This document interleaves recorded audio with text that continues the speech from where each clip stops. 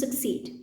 If you forget your past, if you bury the hatchet, forget your differences, then you are bound. You will succeed.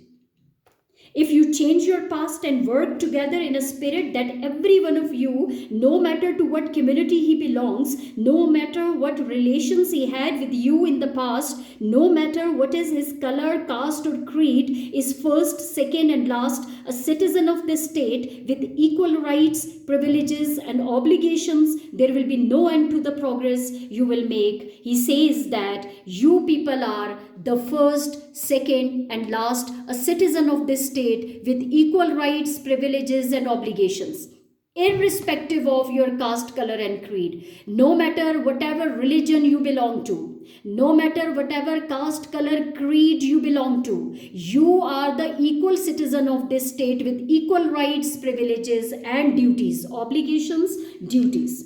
If you consider these things first, then he says that there will be no end to the progress you will make. Then Pakistan will make progress. If your goal is common, that is the prosperity and progress of the nation, then he says that you will achieve your purpose.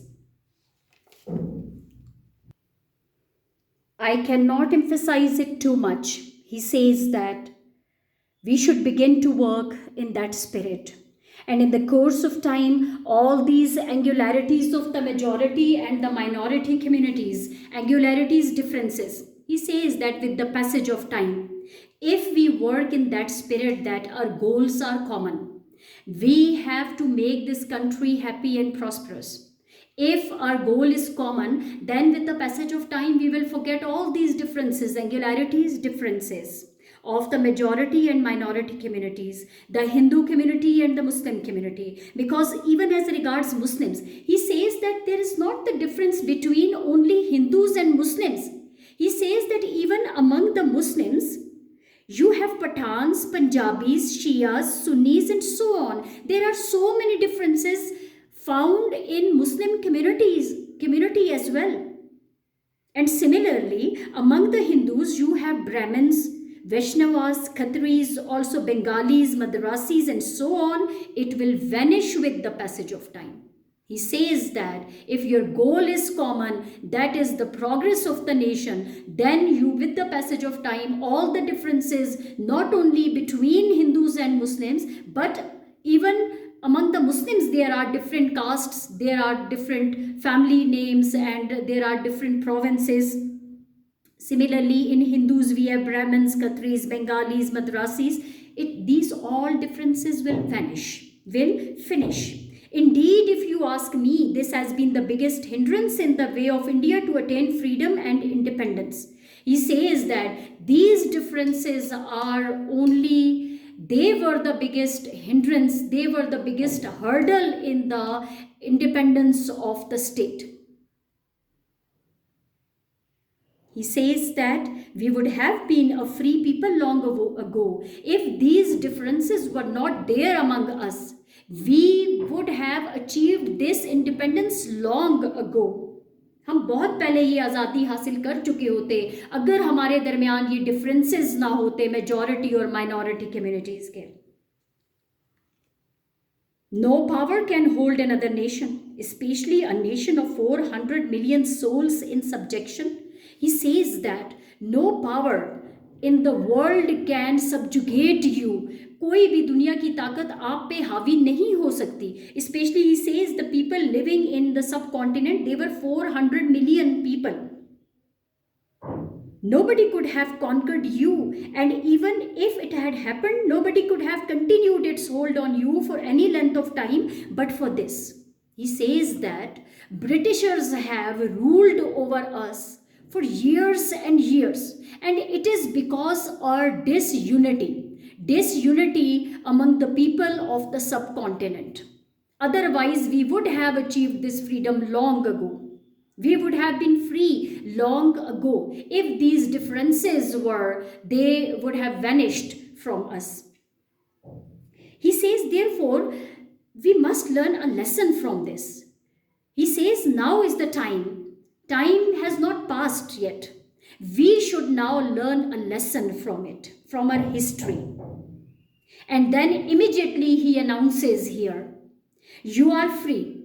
You are free to go to your temples. Now he announced religious freedom for the minorities. He says that you are free. You are free to go to your temples. You are free to go to your mosques or to any other place of worship in this state of Pakistan. He clearly mentions that in the state of Pakistan, you people are given complete religious freedom. You may belong to any religion, caste, or creed. He says that your religion, your caste, your creed has nothing to do with the business of the state. You are the equal citizens of the state. You will enjoy equal citizenship rights now. Whatever your religion, caste, or creed, it does not have to do with the business of the state. So he announces complete religious freedom for the minorities. Now, coming to the last paragraph, he says that he says that now I think we should keep that in front of us as our ideal, and you will find that in the course of time, what should we keep us as our ideal? That is equal citizenship rights and no differences between majority and minority communities. He says we should learn a lesson from the past. And he says that we should now make it our ideal, that is equality for all.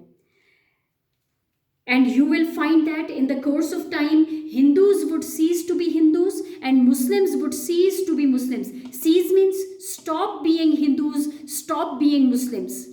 Now, not in the religious sense. Hindus' religion is their faith is their personal matter. They will no more be Hindus in the political sense, but the equal citizens of Pakistan. As far as equal citizenship rights are concerned, Hindus would not be Hindus, but the equal citizens of Pakistan. Muslims would not be Muslims, but the equal citizens of Pakistan. That's why he says that Hindus would cease to be Hindus as far as citizenship rights are concerned, and Muslims would cease to be Muslims as far as citizenship rights are concerned, because though both Hindus and Muslims are equal citizens of Pakistan, not in the religious sense that they won't remain Hindu and they would no longer be Muslims, but in the political sense as citizens of Pakistan. Because being Muslim is their personal matter. Their faith is their personal matter. Being Hindus is their personal matter. Their faith is their personal matter. They are equal citizens of Pakistan. They are equal in the eyes of law. Well, gentlemen, now he concludes his speech. He says that, well, gentlemen, I don't wish to take up any more of your time, and thank you again for the honor you have done to me. I shall always be guided by the principles of, he says, being the first Governor General of Pakistan, he says, my guiding principles will be justice and fair play. He says that justice and fair play will be my guiding principles, being the Governor General of Pakistan, without any, as is put in the political language, prejudice or ill will, in other words, partiality or favoritism. He says that I shall have no prejudice for anyone, no biasness or ill will. I shall have good wishes for all, being the equal citizens of Pakistan.